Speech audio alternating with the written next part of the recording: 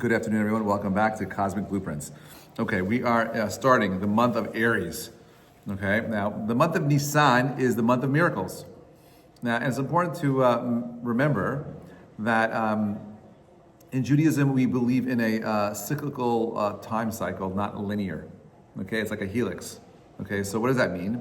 It means that every single year when we tap into the power of a particular month, we're re-engaging with the same energy, the same particular type of kohot that were present there when that energy first emerged. So for example, we'll see through the sheets and the sources that Abraham, when he has the malachim, the angels come to visit him to tell Sarah that she's going to have a baby, that was on Pesach. And he's making matzot. Now the question is, how does he know that the 14th night of Nissan, right, or the 15th of Nissan, depending where in that month they came, right, it was going to be Pesach. We know that when Abraham brings Yitzchak as the korban, that's on Pesach, right? Well, how do they know that this time period is an expression of freedom? How is matzah connected to that freedom? So the idea is like this. In the same way that Abraham was able to look at the universe, the celestial positioning of the stars and the alignment of the planets around us, he understood that there's something in that formula that lends itself to this particular time of the year that expresses freedom. We know that Nissan is always in the spring. It's when the world becomes alive again. It's the time when the world is producing its fruit, its grain. Nissan is the most beautiful month of the year to visit Israel. If you've never been in Israel for Passover, it's a shame. I love going, and I love going on hikes. It's all green, it's beautiful. It's the end of the winter. There's enough sun for everything to be growing. It is the most beautiful time of the year to be in Israel. There's something about being there that makes you all feel alive again. So there's a particular power in each month. Nisan represents the month of miracles, and it represents a very particular kind of month. So in the month of Adar, we said that the month of Adar represents an opportunity to repair the particular physical attribute of drinking. And part of that, we say that Misha Nichnas Adar Marbim Besimcha. Right? When the month of Adar comes in, we increase our happiness. How does one increase happiness? Isn't happiness just a reflection of an emotional state of being? And the answer is no, it's not. Happiness is a choice.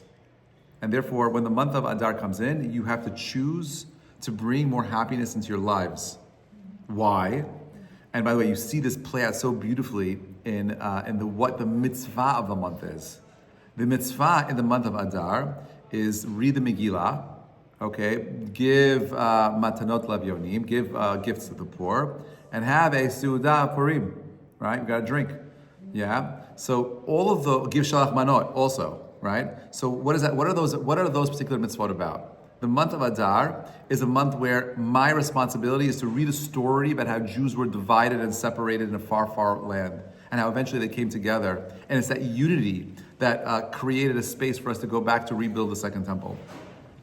It is also the mitzvah where I have to let go of any ideas that I have of hate and frustration with my brothers and sisters and approach them. The mitzvah of shalach manot is to give gifts not to your neighbors, but to give gifts with the people that you are struggling with the most, to make amends with the people that you've been fighting with. We want to build those bridges, because if you're carrying hatred in your heart, you'll never be free in the month of Nisan. It is the prep work that you need to go through in order to experience the miracles of the month of Nisan. The month of Nisan is a time where we're supposed to allow ourselves to let go and let God.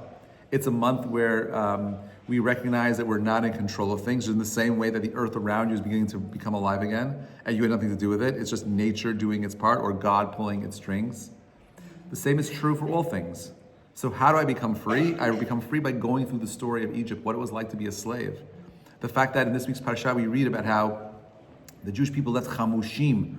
They left, the Rashi says the word chamushim either means armed, or he says it is 1/5. And the idea that 1/5 of the Jewish people made it out, which means 4/5 stayed in Egypt and did not make it out. Not crazy if you think about it today, in 2025.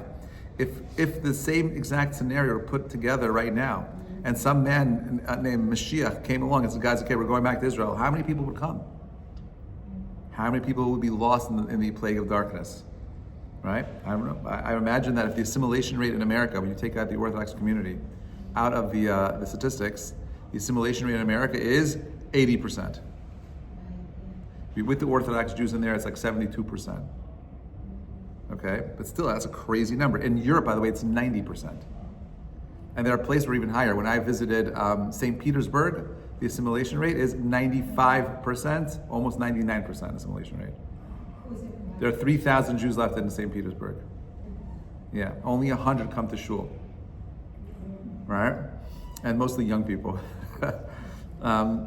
Actually the synagogue in St. Petersburg was repaired by the Edmund J. Safra Foundation. So a nice picture of it when you walk in. It was really funny to see him there in an Ashkenazi shul. Anyway, so you have a world that is constantly changing. The months are unique opportunities for us to tap into the energies of that particular time. Just like right now in the month of Shvat, right? We're less than 2 weeks away from Tu B'Shvat. Tu B'Shvat is what? It is when the trees begin to pull the sap from the earth, in the same way that everything in the physical world is a reflection of the spiritual world. Let me say that again.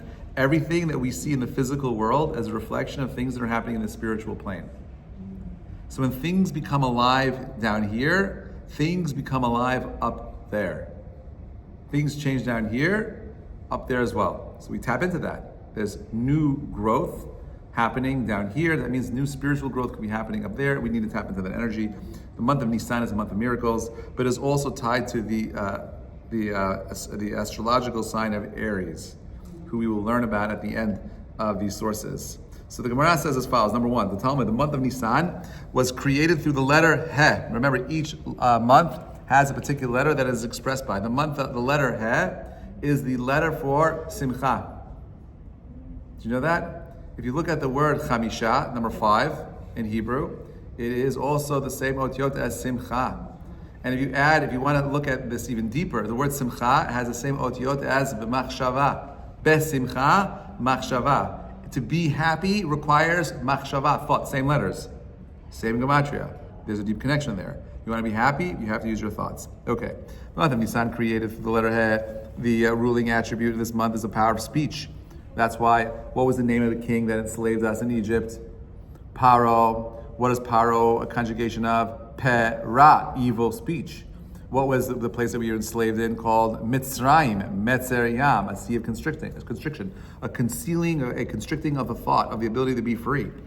Okay, so you have the power of speech. The letter He most essentially characterized the divine act of creation of the world. Correspondingly, the divine act of speech was the means through which the world was created, as indicated in Tehillim, by the word of God were the heavens made.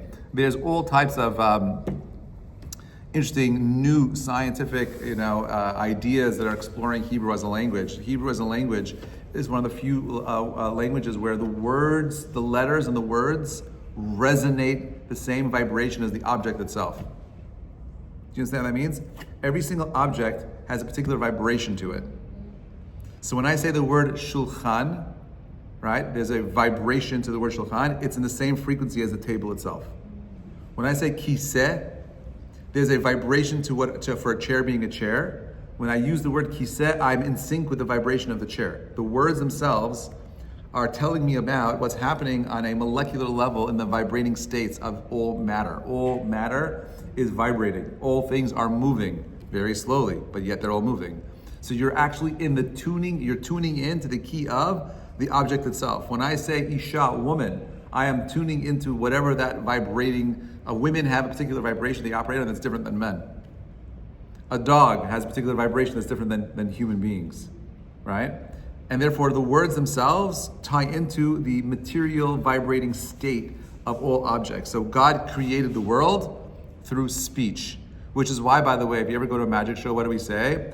Abracadabra. Did you know that the word abracadabra is Aramaic for avare ka'adaber, I will create as I speak? That magic itself, all magic, is tied into this concept of pronouncing words, because words itself are speech itself, right? The word for speech is diber, right? Diber and davar, a thing, an object, is somehow connected to speech itself. So the deep correlations over here. So you have over here the Tosafot Rosh Hashanah says, the birth of the creation of this world occurred on Nissan, whereas the conception of the world occurred during the month of Tishrei, Libra. So you have two different months. The month of Nissan, where one opinion says this is the creation of the world occurred at this time, but the conception of the world occurred during the month of Tishrei. Interesting machloket, which we'll see a little bit later. There's two different creation dates in our story. God thinking about it, and then God materializing it. Okay? The month of Nissan is the month where God is creating the world. Okay?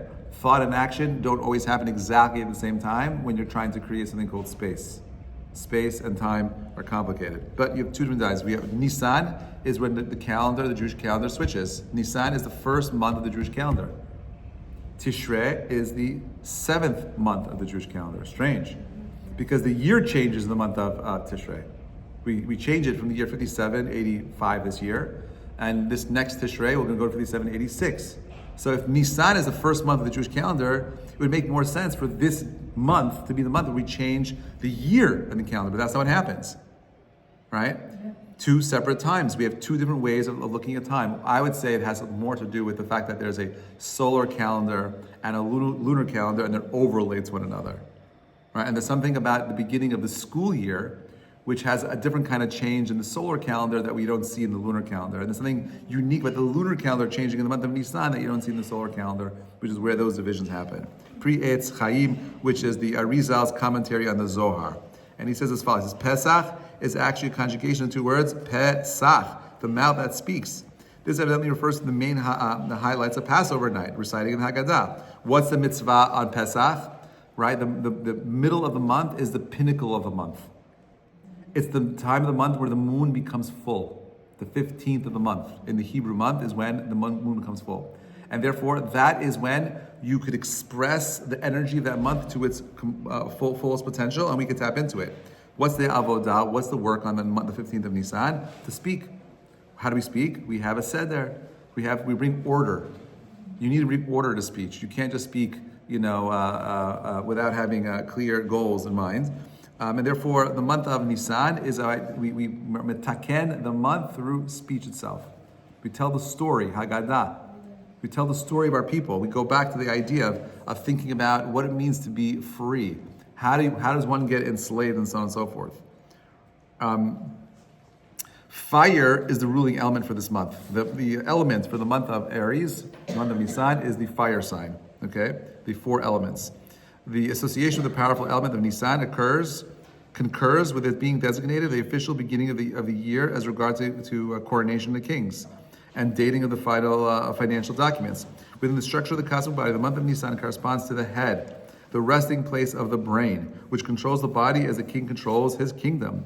The designation of the head is also symbolic of the fact that Nisan is the first month of the year. The element of fire reaches expression as the sacrifice of the paschal lamb. The fire roasts the lamb, the symbol of the Aries, the god of the ancient Egyptians. Interestingly, that we know that the part of the mitzvah was bringing the korban pesach. What is the korban pesach? It is taking a lamb and roasting it. That was the god of the Egyptians.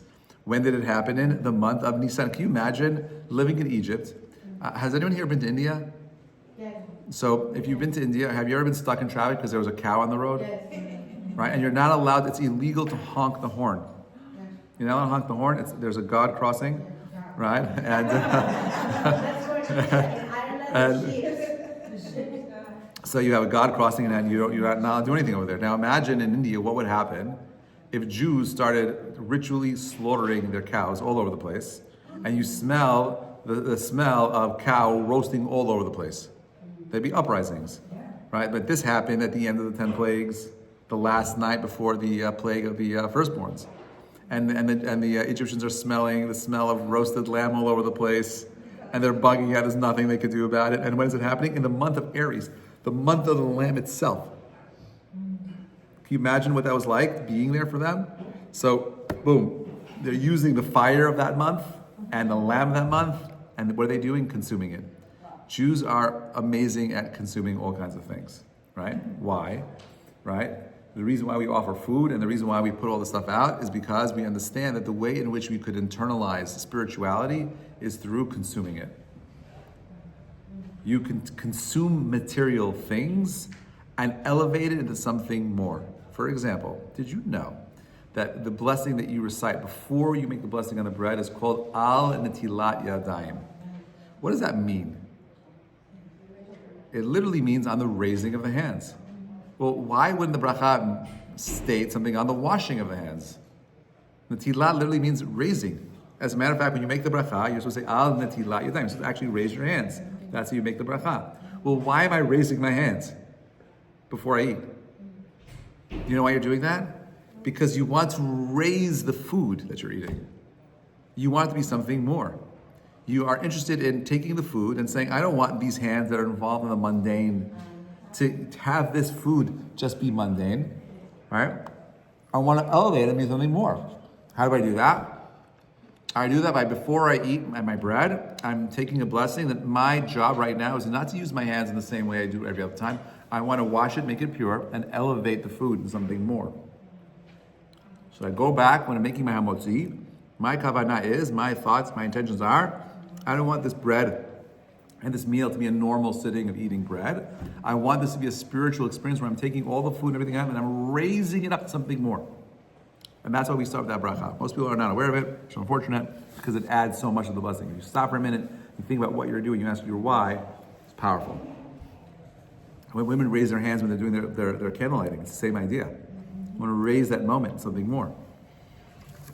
All right, number 4. The science of astrology tells us that a person born under the sign of Aries excels in the tendencies towards leadership. My wife is an Aries. The negative expression, I can tell you all about Aries, I know all about Aries. The negative expression of this principle, however, shows itself in feeling excessive self-importance and tyranny. My children might agree with that. These qualities were the most characteristics of the ancient Egyptian kingdom and enslaved the Jewish people. Therefore, the intention behind the laws and the customs and Passover are to symbolically reverse these negative tendencies. So everything that you're seeing in the month itself play itself out is not accidental. It's all there because we want to undo the way in which the Egyptians and the locals thought about this particular time and its power. We're different. We believe that there is mazal in the world, and that these astrological signs have an influence on how we perceive the world around us, but they do not define the world around us. If you think you're a slave to your astrological signs, you're no different than an animal. You're no different than someone who believes that my nature is set and I am no longer in control. But to be someone who is thinking deeply about their themselves as a human being means that you have the freedom of choice. The first thing that the Jewish people received when they left Egypt was a freedom of choice. By the way, most people did not want to take that choice. Most people, even after they were freed, wanted to go back, which is why the Pasha begins by telling us that when Hashem takes out the Jewish people, He doesn't take them through Derech Plishtim, by the way, which is interesting because it's this week and it happened yesterday. The Derech Plishtim is going through Gaza. Hashem says we're not going to go that way. That's the easy way to go. But they're going to be confronted by an enemy there that's going to want to attack them, and I don't want to scare them away. We're going to go through a circuitous route and go around a long way. Sometimes the short road is long. And sometimes the long road is short, right? So God understands the nature of human beings, that even then, with their freedom, they were unable to truly actualize their freedom. By the way, historically, if you think about it for a moment, has there ever been a time in history where slaves that were emancipated from the ruling class succeeded in developing something beyond just their freedom? Yes. When? Nope. No. Most of the time in history, whenever slaves tried breaking away from their taskmasters, they always failed. They did not have the education, they did not have the means to run their own countries, and not have the ability of starting over again. In America, by the way, you could argue that, what about in America? America is unique that it was the first rebellion that was started by not slaves, by whom? The educated, wealthy class that wanted reformation. These were intellectual people, the most intelligent, the brightest and the best from Europe that came here that said we need to make a change, the world's not fair. And most of what they were doing were tapping into Jewish principles that forever changed the way they thought about human rights. That all men were created equal under God, everyone's in the image of God, all that, that's all Judaism, right? It's more of the Judeo than the Christian values that they want to implement. The idea of a Senate, right? of having, a Congress. These are all Jewish concepts of having a Sanhedrin, and they just took all the ideas of how Jews built their state, and they overlaid it onto United States, the United States government to create a similar idea of freedom and ideas. I mean, the Liberty Bell is the Liberty Bell in Philadelphia. If you read it, it's all the laws of Yovel, of the Jubilee. It's literally copy and paste from the book of Devarim, right? The book of Deuteronomy. Copy and paste. These are ideas that these people were living with, right? They were tapping into something over there. That's the only time in history where you have a wealthy group of people that created a rebellion that led to a new society that has thrived for the last 249 years. Right? But the first time that a group of people broke away, a slave group of people, and that started something new, and is still around today, is only the Jewish people. No one else has done it. No, there's no other people on the planet that have created, took a bunch of slaves, all right? These were uneducated. Most of them were illiterate, okay?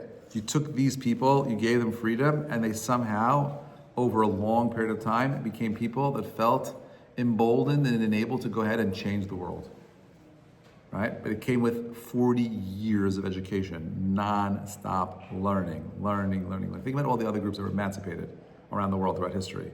How many of them are still stuck with their same ideas of being enslaved? They're still talking about it today. My great-great-great-great-grandfather was a slave in this country and that country and so on and so forth, and they're still living in their world of, whatever it is. I don't have to spell it all out. Right? How come they can't break free?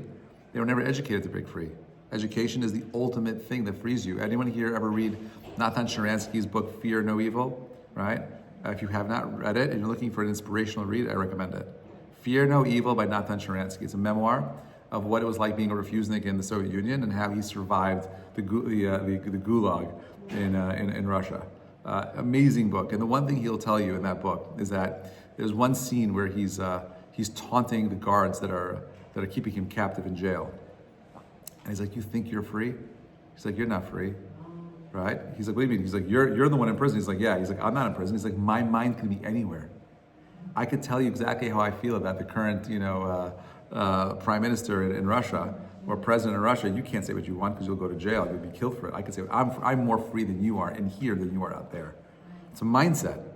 Right? It's a mindset we all need to tap into, that what real freedom is the freedom to think, the freedom to choose. So he says as follows: the month of Nissan, on the second page, marks the beginning of the formation of the Jewish nation. This process started on the eve of the Exodus from Egypt, culminating during the third month, Sivan, Gemini, with our receiving of the Torah on Mount Sinai. Why, by the way, the month of Gemini? Right? The month of Gemini is twins, not one man, but two men. A double expression of a human being. Okay, the nation building process is symbolized by the procession of the first three astrological signs. Aries, the lamb, symbolized by the unity of collective for the flock of the lambs.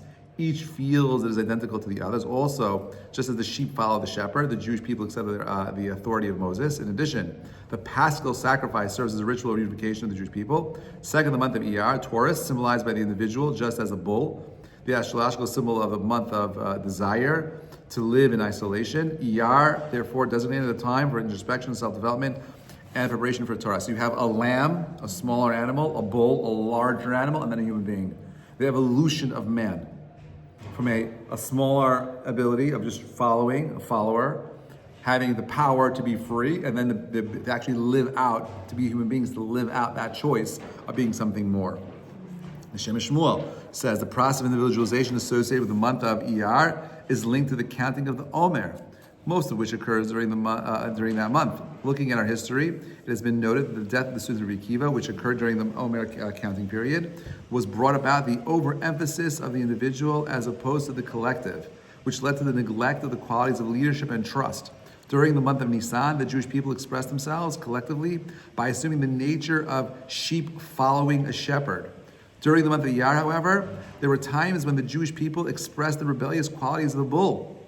But when in the Sinai desert, they rebelled against Moses and Aaron during that particular month, and that we're still trying to undo the damage that was done then. If you were creating a graph of like growth, right? So that would peak in the month of Nisan and then start to fall. Right after we receive the Torah, it goes a little bit higher, the month of Sivan, and then golden calf, 40 days later. Right? And we're constantly living in that same cycle over and over again, trying to break free from that one disastrous day on Tisha B'Av, the 9th of Av, where we got it all wrong.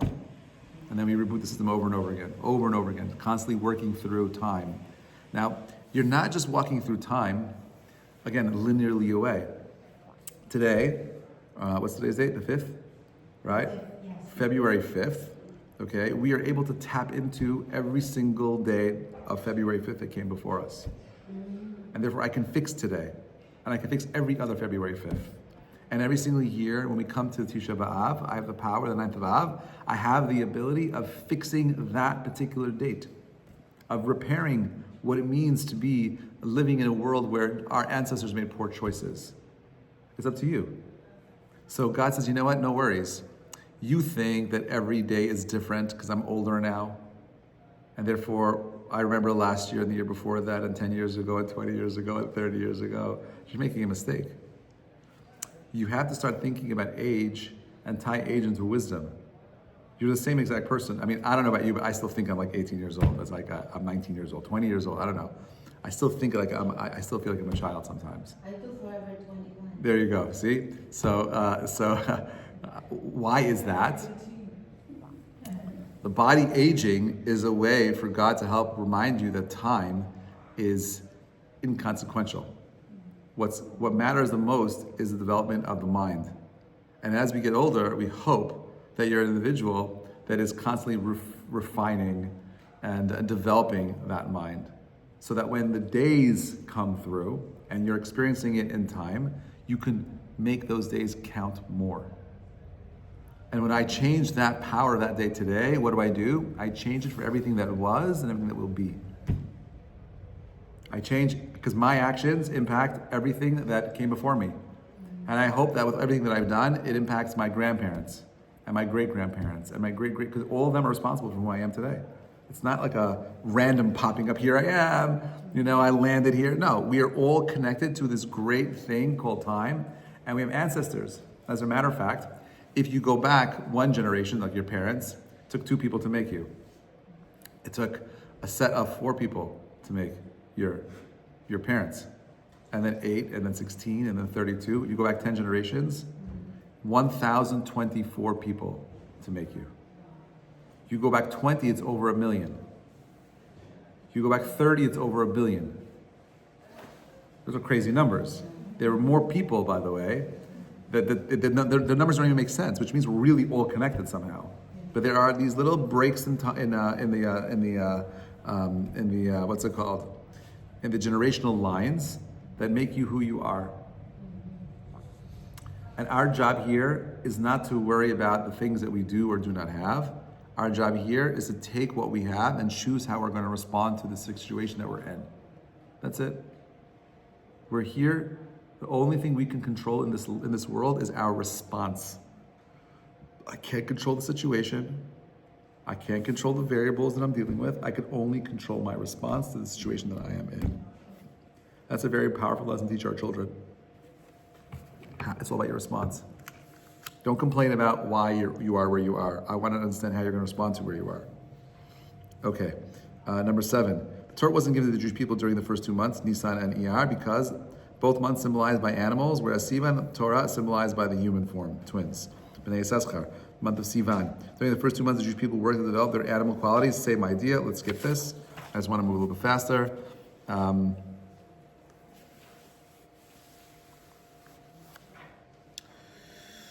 There's not enough time to do all of this. What are we going to do? We want to make this into 2 parts.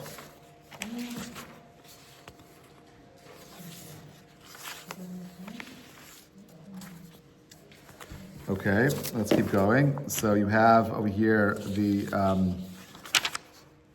number 9. Okay, verse in Jeremiah, it says to proclaim to Jerusalem. Thus said the Lord, I accounted to your favor the devotion of your youth, your love as a bride, how you followed me in the wilderness, in a land not sown. This is Jeremiah talking about the Jewish people going out into the desert following God, like a young man following his bride out into anywhere. Right? Number 10, kingdom. symbolized by the last he, okay, denotes the growth in agriculture, which proceed through the attribute of abundant grace. This attribute was expressed toward the Jewish people during Nissan, when God liberated them from Egypt's bondage, although the Jews at the time did not merit it. The Jews at that time expressed grace by their powerful faith and purity. The attributes of grace is further indicated in the combination appropriate for this month of the letters of the divine name. Remember, each month has a particular formation of God's four-letter name. Okay? And he says, when we spell out the unfolding of the name of Yud, Yud, He, Vav, Yud, He, Vav, He, its numerical value is 72. The same as numerical value as Chesed, grace. This implies that grace in both this world and the world above are expressed during this month. The month of Nisan is a month of kindness. It's a month of miracles, right? Because it's a month where Abraham finds out that he's going to have a miracle happen to him. Sarah's going to have a baby. She never womb. How did that happen? Miracles happen. It's the month where Yitzchak was supposed to be killed and yet he didn't die. It's the month where the Jewish people were supposed to be forever enslaved in a system that never ever let them leave. But somehow they broke out. And that's what it means to be a Jew. To be a Jew at its core means never giving up hope. Right? We say, when we read the Shemona Esrei, and we say, V'la'amal shinim lo tiyeh tikva. For the people that are standing up against us, our enemies, they should not have hope. Why not have hope? Why not have life, not have ability, not success? Because as Jews, we understand more than anyone, if you don't have hope, you know what you have? Nothing. Think about that. When you read that, understand that hope is a choice also. If you have no hope, you have nothing. So we take away their hope. We don't want our enemies. Our enemies, Lamashnim, these are the people that rat us out. Okay, it's the Jewish kapos that have been abusive. They have no hope. Right? That's what we want. We pray they have no hope because we want them to be destroyed. How do you destroy people? By giving them no hope. In Gaza, right? They have this ridiculous idea that if they keep being as abusive as they are, right, that they'll have a state in the country. I don't believe they'll have a state in the country. They can't.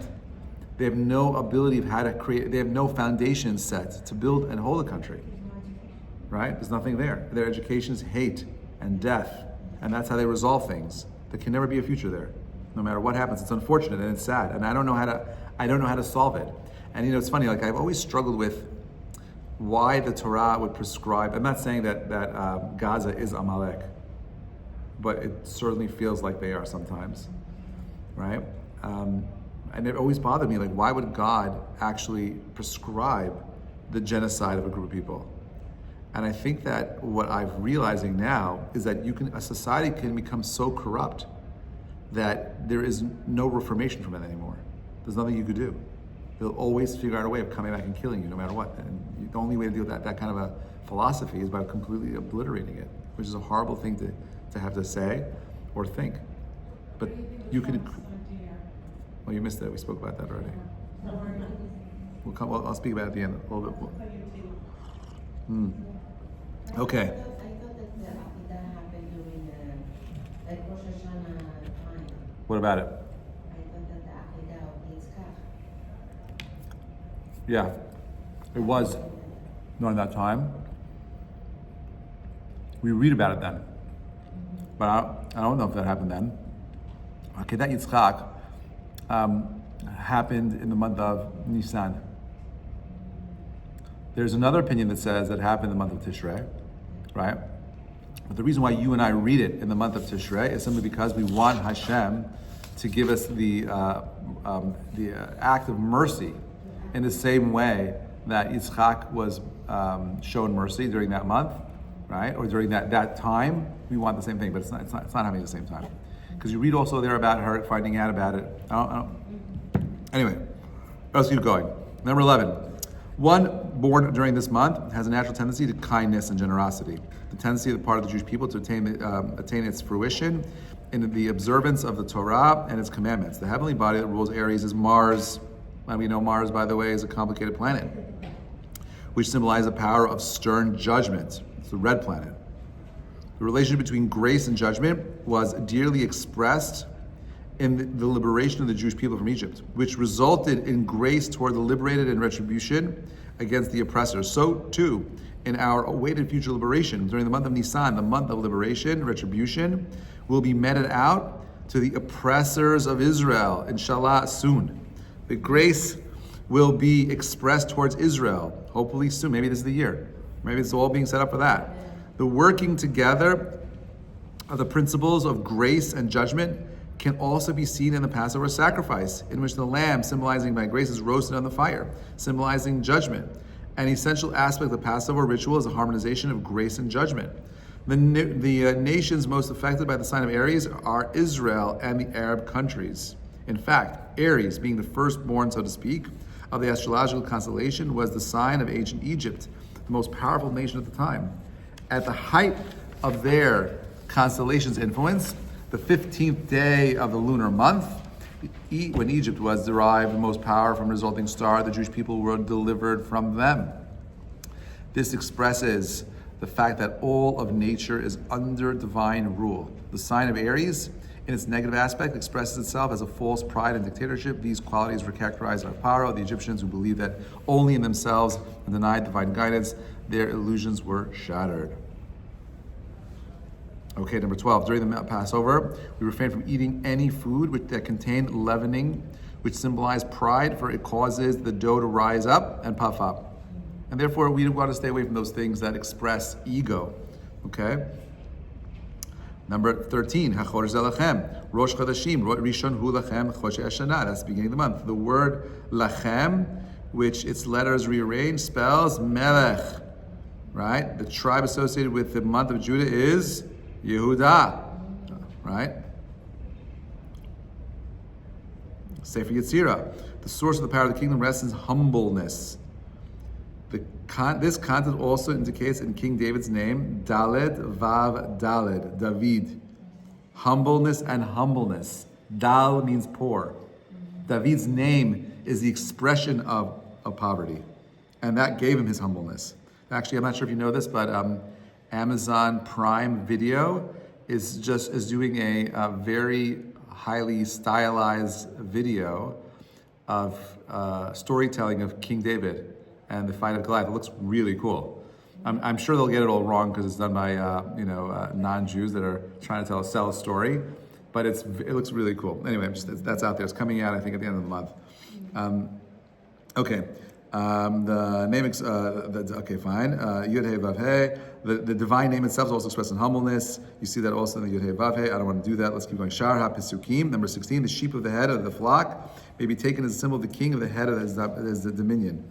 The sheep, as it walks, bleats out meh, which translates into Hebrew means where are we? Here too, we see the combination of royalty and humbleness. Like the lamb at the head of its flock, the tribe of Judah was always the first tribe to start traveling during the Israelites wandering in the desert. The rest of the tribe then followed the formation of the correspondence of the sign of the Zodiac. So you see that it has this power of expressing that leadership quality. I want to skip to number 21 because this is all the same ideas. That you'll find that over there. Sefer Yetzirah at the end, we're almost at the end, says, according to the Sefer Yetzirah, the limb of the body associated with the month of Nissan is the right leg. This symbolizes the taking of the first step in the development of the Jewish nation. Who else is symbolized by the right leg?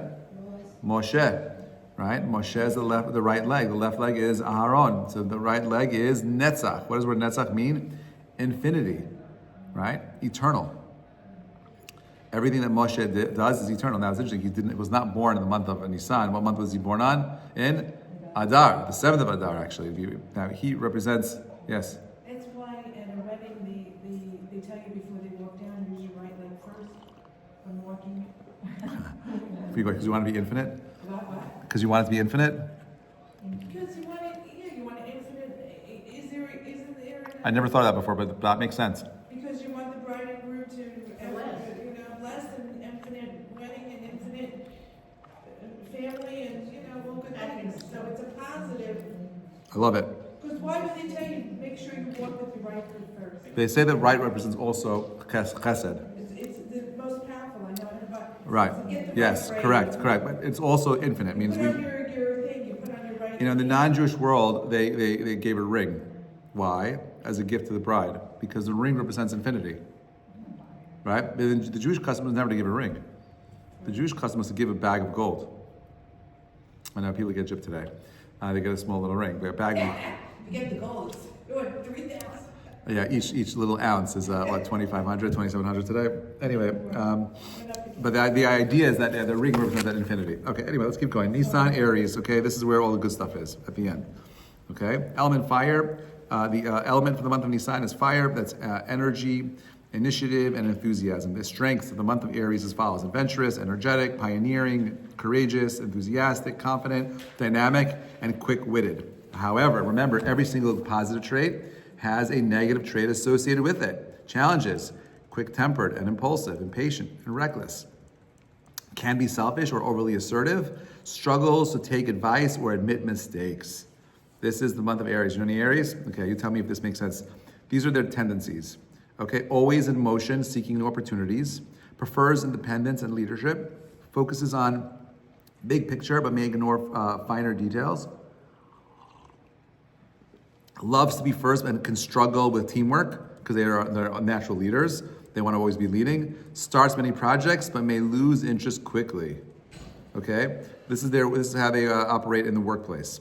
Will push through exhaustion to complete tasks. Prefers to be their own boss. Acts quickly but may overlook consequences. Lacks patience for diplomacy and thrives in business.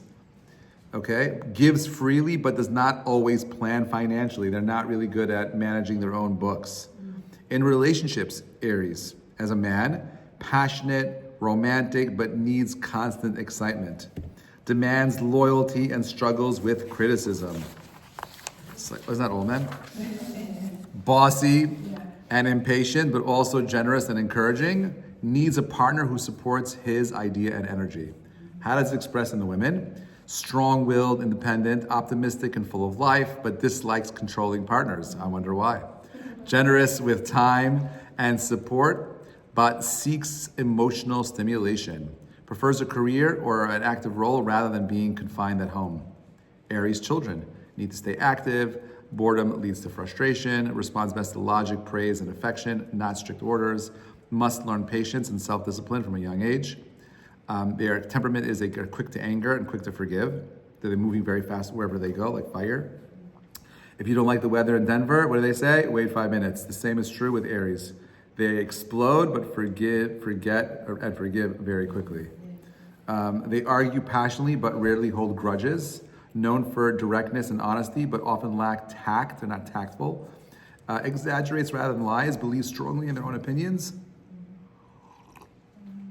Strong ego and a sense of self-worth. Rejection is hard to accept. Aries has to work on patience, humility, and consideration for others. That's all tied into the month itself. Their aggression should be channeled into leadership, justice, and helping others. If you have children, that's how you want to guide them. If a person is born with a certain trait that can be negative, he can learn to channel them positively. Example, a person with violent tendencies should become a butcher or a soldier, not a criminal. The key is self-awareness and self-discipline. Aries is driven passion and courage, a force for leadership, generosity, and action when refined. Like all signs, Aries must overcome their natural weakness and use strengths for good. The Torah provides a roadmap for self-improvement and ethical living. Bezrat Hashem, we will pick up next week. Have an amazing week. Any questions? Comments? Oh, yeah. Takeaway at the end says, harness your fire to ignite your light, not destruction.